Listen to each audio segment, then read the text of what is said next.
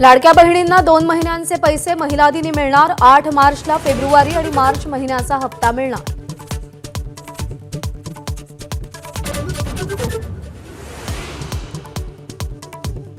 राज्यपालांच्या अभिभाषणानं अर्थसंकल्पीय अधिवेशनाची सुरुवात। नागपूर गोवा शक्तीपीठ महामार्गाच्या निर्णयाचा अभिभाषणामध्ये स्पष्ट उल्लेख।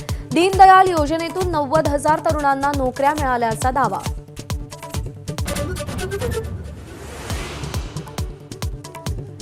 धनंजय मुंडे आणि माणिकराव कोकाटेंच्या राजीनाम्यासाठी विरोधकांची आक्रमक घोषणाबाजी। कोर्टाचा आदेश आल्यावर राज्यपाल कोकाटेंबाबत निर्णय घेतील। मुख्यमंत्री फडणवीसांचं स्पष्टीकरण।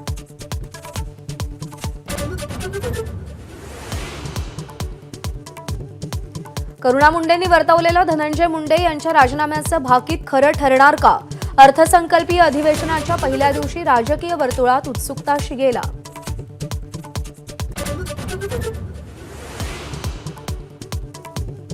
अर्थसंकल्पीय अधिवेशनाच्या पहिल्याच दिवशी शरद पवारांची राष्ट्रवादी आक्रमक।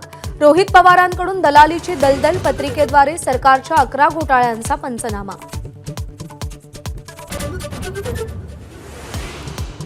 शरद पवारांच्या राष्ट्रवादीचे आमदार जितेंद्र आव्हाड यांचा विधान भवनात बेड्या घालून प्रवेश। अभिव्यक्तीच्या गळचेपीचा आरोप करत आगळा वेगळा निषेध।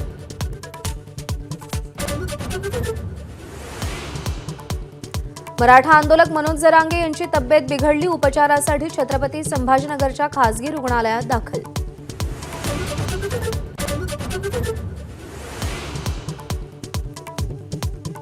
दिवंगत महादेव मुंडेंच्या पत्नी ज्ञानेश्वरी मुंडे यांच्या उपोषणाला सुरुवात। प्रशासनानं दिशाभूल केल्यामुळे उपोषणावर ठाम असल्याचा निर्णय। हत्येच्या तपासासाठी सीआयडीची एसआयटी स्थापन करण्याची मागणी। पीएमसी अवर्ग अभियंता परीक्षा पेपरफुटी प्रकरणी मनसे प्रमुख राज ठाकरे मुख्यमंत्र्यांना भेटणार। 25 फेब्रुवारीच्या परीक्षेचे पेपर 19 फेब्रुवारीलाच लीक। कोट्यवधींना पेपरची विक्री झाल्याचा आरोप।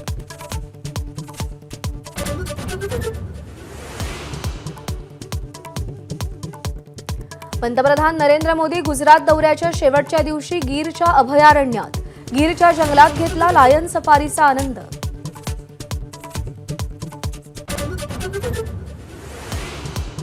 रोहित शर्मा स्थूल आणि निष्प्रभ कर्णधार। काँग्रेस प्रवक्त्या शमा मोहम्मद यांचं वादग्रस्त वक्तव्य। नशिबानं कर्णधार बनला असेही ताळे तोडले। शमा मोहम्मदवर भाजप नेत्यांकडून टीकेची झोड। एबीपी माझा, उघडा डोळे बघा नीट।